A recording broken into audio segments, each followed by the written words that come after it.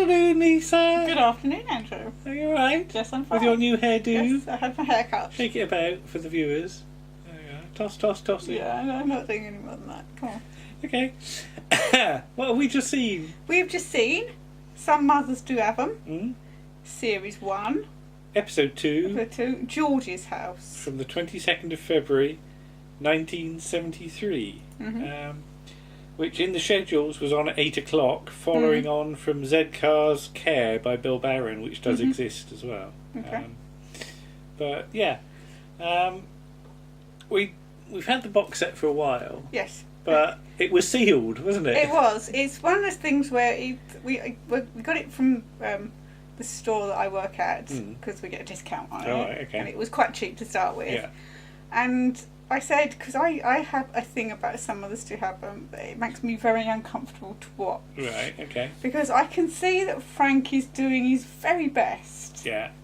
But he's such a disaster area that, it just... it makes difficult to watch. It's difficult to watch. But we got it on the thing that we should watch it at some point because obviously it's important. It's an important series. Yeah. But better explain the setup. So we got Right. Frank Spencer and his wife Betty.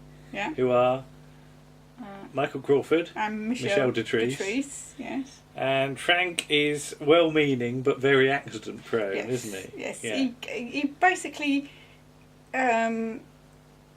Everything he touches goes wrong, really. And it's a real showcase for BBC special effects and stunt work, isn't it? It really is. I mean, there's not so much stunt work in this one. This is an early one. Yeah. So you don't get the real set piece stuff, like where he's on the roller skates or something, and he sort of, there's the bus. He's hanging on the back of the bus. I ain't got no change. Or the one where he's on the motorbike and he sort of ends up going through the window and everything sort of explodes around him. Falls over. There's a great sequence with a big tall chimney that he's working on a site where they're blowing up a chimney, and the chimney just comes down and he's running ahead of the chimney, which is coming down. It's not quite as bad as it sounds. No. If you actually look at the shots, they do fudge it a bit. But then there's the infamous one where he's hanging off the back of the car over the cliff. Over the cliff, yeah. Which he really did, didn't he? Yeah, I think so. Did he even have a wire on for that one? I really don't know. But yeah, this is an early one, and the plot is they're visiting Betty's brother-in-law, George. Betty's brother-in-law. Frank's brother-in-law. Betty's brother.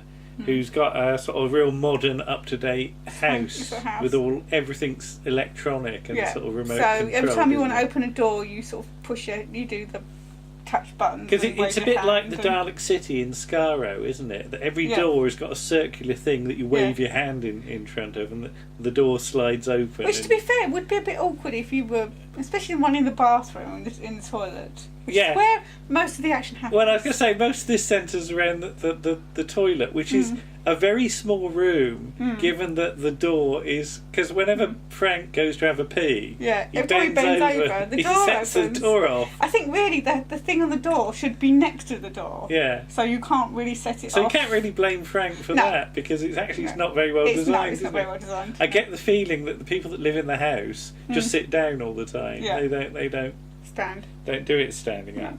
But yeah, Frank doesn't like these sliding doors, does he? He keeps running through them. He's sort of jumping through them. You did that one, didn't you? We were staying in a hotel in... No, I did it actually, in Dover. Right. And it had... it was a bed and breakfast. Quite nice. But it didn't actually have a bathroom. It had a toilet on one side, which was a little cubicle, and a shower cubicle the other side. Right. And I think I used to, because to get out of the toilet, I used to sort of jump and run. I've just been reminded of that. So. Oh dear, this is starting to come a bit close to home, isn't it? Yeah. Right. Okay, but yeah, downstairs they've got a fountain, haven't they? And then they've got sort of a table comes down from the ceiling, and the chairs move from side to side. Yeah. The telly's hidden behind Whistler's mother. Yes. It slides back and the telly comes out. And there's a revolving drinks cabinet as well, isn't there? So there's all this stuff, and it's quite a complex set that they've had to build, isn't it? 'Cause everything's got to work. It's all got to move, and it's all because it's studio recording. Everything's got to work in real time as well, hasn't it? Yeah. So it's I think it's Peter Day on visual effects, and there's obviously a lot of hefty men pushing stuff behind the flat. There's a lot of work that's gone into this. But what does George describe the house as? It's foolproof, but it's not Frank-proof. Yeah. Because Frank's already they've been staying there. Broken 3 things. And he's had a bit of. But you sort of first sight of him, he comes in with a watering can with a long spout, and you think that's going to go. There's a plant, isn't there, that he's trying to water. But he comes closer to the camera, and there's the toilet door, and then the guest bedroom door. Are opposite each other. And he gets caught between the doors. And he keeps making both the doors open, doesn't he? Yeah. So. But he says his mother wouldn't have liked this because she never used to wear a hearing aid. In case it blew her ear off. But there's a button in the toilet to flush it. Yes, which he hadn't realised. He thought it was the fire alarm. Yeah. But George's boss is coming. Yes, with a new client who wants to see the house. Yeah, so if the house sort of impresses him, then he'll sign a contract. He could make some money out of the gadgets. So basically, they want Frank to not be there, to be either stay upstairs somewhere or they suggest the cellar. Put Frank in the cellar, like he's like, we're not putting him in the cellar. So she says to him to go for a walk. Yeah. But he goes in the bathroom to have a pee. Sets the flush off, and then it jams, doesn't it? Well, I don't know if it jams or if it's just got a long flush. Some toilets have a really long flush. Yeah, right. So perhaps it's just got a long flush. Because by the time he's finished fiddling in the ceiling, it's stopped. Well, he sort of tries to get up in the skylight to get at the cistern, doesn't he? Yeah. And then the ball cock falls off. Yeah, into the toilet. And ends up round the toilet. Then Frank gets his foot stuck in the toilet and loses his slippers down there. Yep. Then he gets the toilet brush to attempt to extricate them. And pushes them further down. And all that happens is the head comes off the toilet brush and that ends up round there as well. Mm-hmm. So he's got a right old collection of things. Yeah. Things down there. Mm-hmm. Then there's all water coming from the ceiling, isn't there? Yeah. Not much at this point. No. And it made me think of when our bath cracked. Yes. And our bath was leaking, wasn't it? I was in the bath, and the bath cracked with water in it. Yeah. It didn't crack while you were in it. It was already cracked. No, so it was an old bath. No, but I was sort of putting a tray underneath it to try and catch it and stuff. So that's the thing. When you're in an emergency situation like that, you do panic and just reach for the nearest thing, don't you? Yeah. Because he goes and gets the pot from the pot plant, sticks the plant on top of the water can, and takes the big pot to at least try and catch some of the water. Which is just a bucket, if you look at it. It is really, yeah. It's not really a pot for a pot plant. It's... Because he goes up into the control room to get some tools, doesn't he? The control room's downstairs, to get the tools. And there's this drawer that you wave, and then the drawer comes out, and the tools. And first of all, he gets a hammer, doesn't he? Yeah, and then he gets that stuck in the wall. In the wall, yeah. And then there's like a pair of tongs for like washing, isn't it? Yeah. Like you get stuff out of a twin tub, and a big sort of mallet in somewhere, and then he operates the. And the thing won't go back in, will it? No. So he hits it with the mallet. It goes in, and there's this enormous sort of flash and explosion, isn't it? And it disappears. And it disappears in there. I was going to say never to be seen again, but we'll come back to that. But then Betty thinks there's a hedgehog down the toilet, doesn't she? Yeah. Then you get the chairs being demonstrated, and I said it was very like the Matt Smith Christmas special. Yes, the Doctor, the Widow, and the Wardrobe. Doctor Who in the Wardrobe. Yeah, where the chairs are all getting Matt Smith has done all this stuff to the house to help to cheer the kids up. Yeah. The chairs are all sort of going around. They demonstrate the telly, but the chair sort of comes up to the telly, and the telly's up there, isn't it? So it's too high. Yeah, it's too high, and you'd get a crick in your neck. The chair needs to be further back. Yeah, so that you've got a distance to look at it. Yeah, but Frank comes downstairs and then sort of pretends he's not there by hiding behind a painting. Yeah, takes the painting upstairs, so you just see his legs. And he's got this system with Betty that he'll sing. Yes. So he comes in singing "When I'm Calling You," and now there's a real avalanche of water at this point, isn't there? Yeah, he does some more fiddling and makes it even worse. And again, I was sort of reminded about when we were, was it Brighton, with the shower.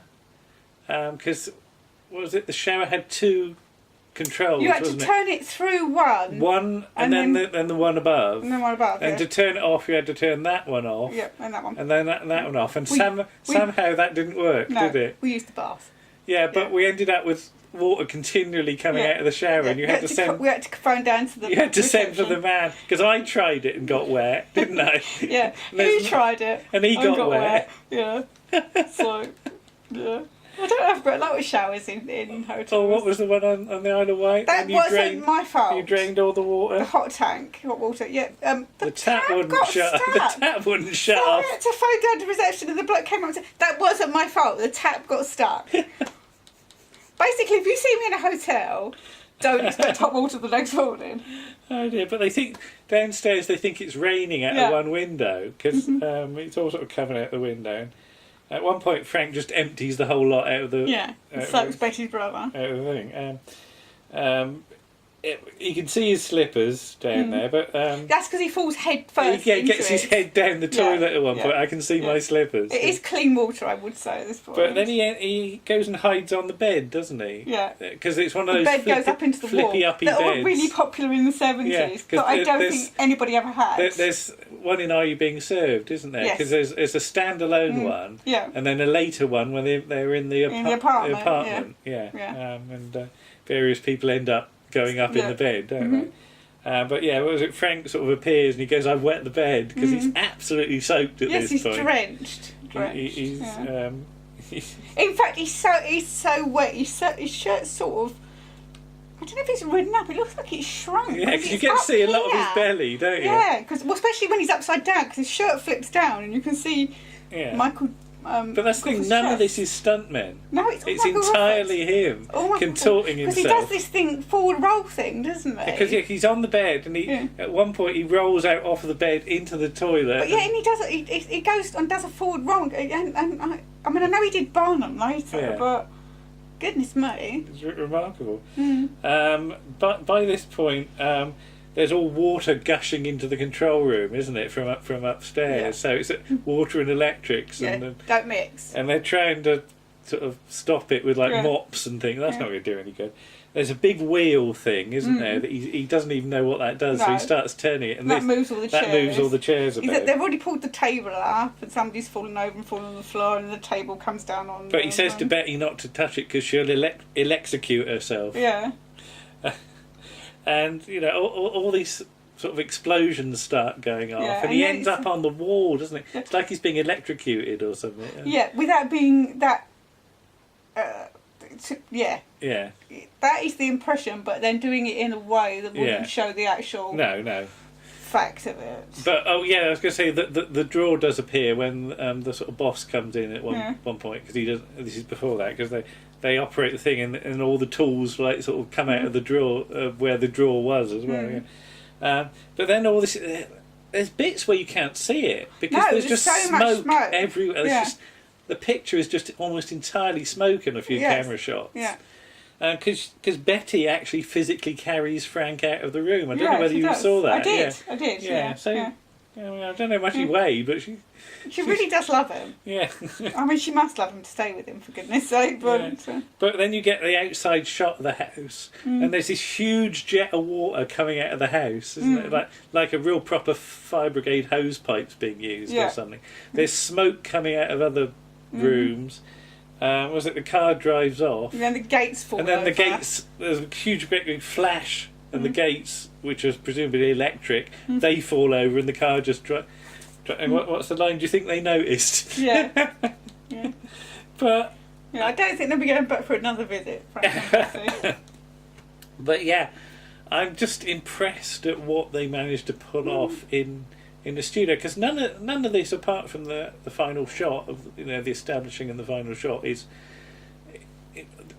done on film. The rest of it is just entirely studio-based stuff. And it must be really a one-shot thing that you can't redo it. A lot of this I don't think you can reset, and they've got to keep going. Because didn't you say you spotted a bottle? Well, when he's falling all over There's the a bit place, where and you weren't he's doing sure, something and he's slipping.